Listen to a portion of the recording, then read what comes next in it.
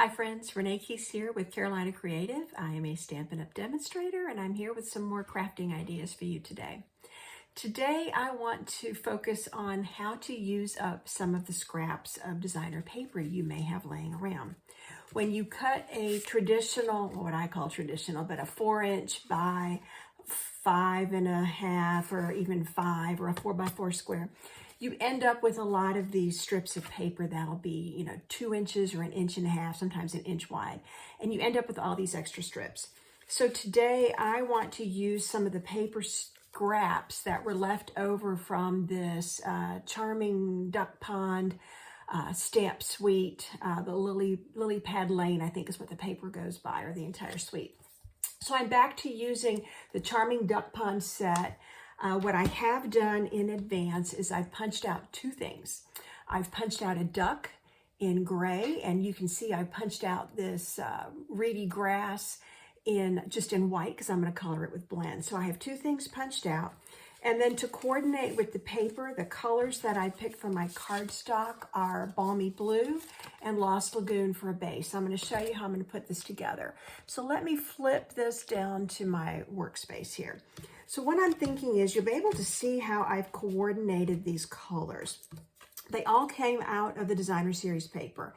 Now usually these cards can go any direction, but your paper is going to guide you. This, for example, has to go vertical. You don't want this sideways. These fish, the koi, could probably go any which way, but I'm going to put them on the bottom and then put this above. And then I've I've cut out one more piece of just white cardstock. And this is going to have my sentiment, and it's going to be a background for some other things. So now you get an idea of how I'm putting this together and using these scraps. So first, what I want to do is complete my duck. I started, instead of making him white, I started with a base color.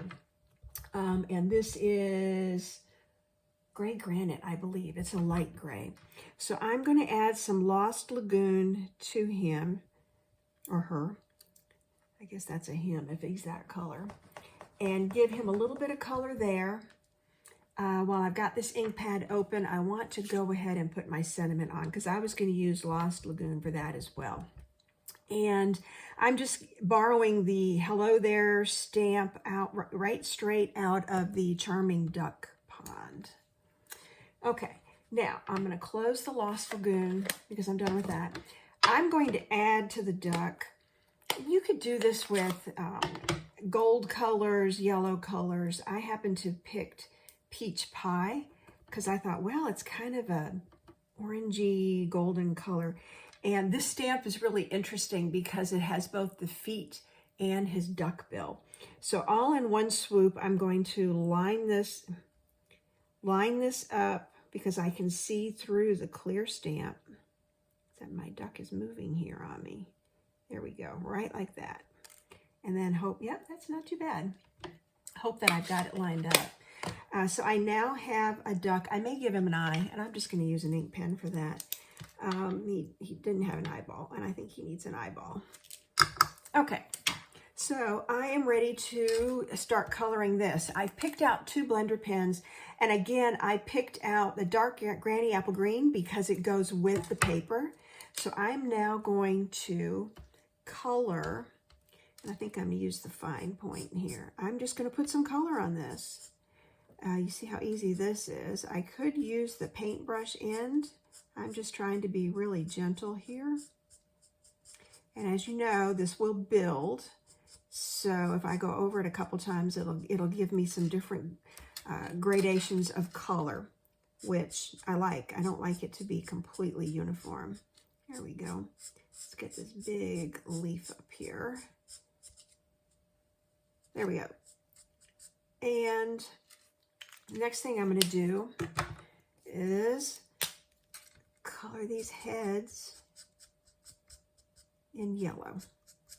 You can do brown if you wanted it to be, later in the summer. There's all kinds of things you could do to make it realistic. Now, I did get a little bit of ink on my work area here, so I'm just going to wipe that off real quickly.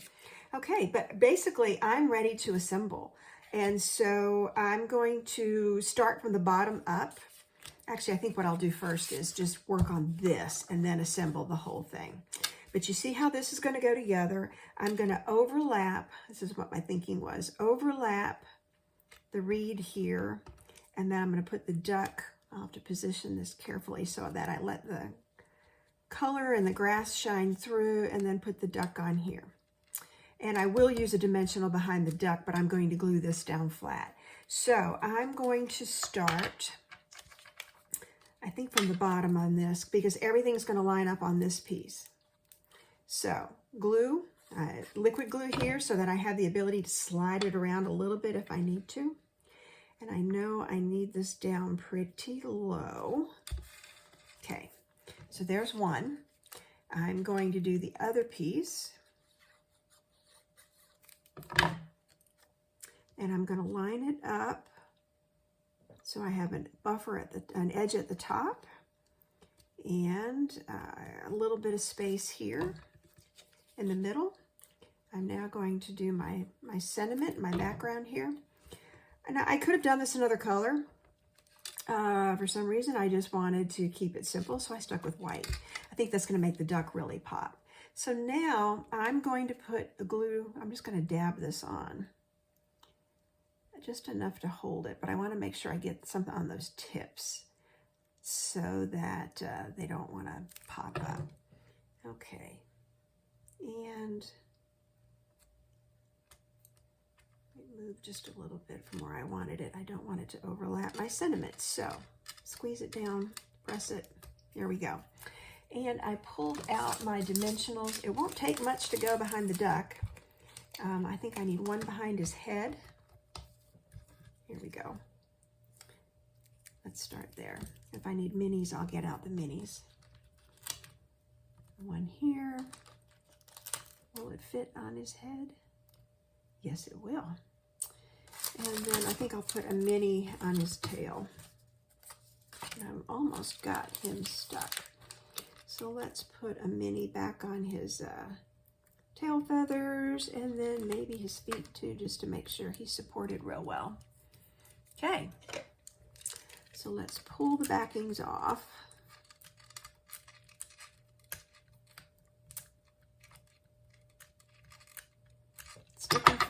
Punch it and flick it, and that little one does not want to come off. Okay, so I'm just going to, I think I'll angle him a little bit. And I kind of like that he's sticking, his hind end is sticking off a little bit. It doesn't have to completely conform to this, but I'm now ready to put this on here. And you can see I've already got an insert for my card. I did go ahead, I put some little baby ducklings in there, and I'm not going to put a message in there because I've got the hello there. So for this, now that I've got it all assembled, I will go ahead and use my Stampin' Seal. Make sure I've got some in the corners and the edges and a little bit in the middle. There we go. And I think the last thing I want to do is I will add a touch of Wink of Stella. I want his teal colors here, this Lost Lagoon, to give him a little sparkle. I can even give the gray a little sparkle. And I'm going to give the flowers a little sparkle. Now, the koi are kind of cute too, so I'm thinking they could use just a little shimmer. Little shimmer never hurt anybody, right? Okay. Very gender neutral card, which is what I like. So let me flip the camera here, sorry. Hello, greetings, thinking of you, get well. This can be anything. I'll show you another example. I took some leftover scraps from the 2024 to 2026 the new in colors. So this is Petunia Pop. This is Shy Shamrock and Pretty in Pink. And I just had these strips, so I decided, flip some over, use some that had the floral and leafy side.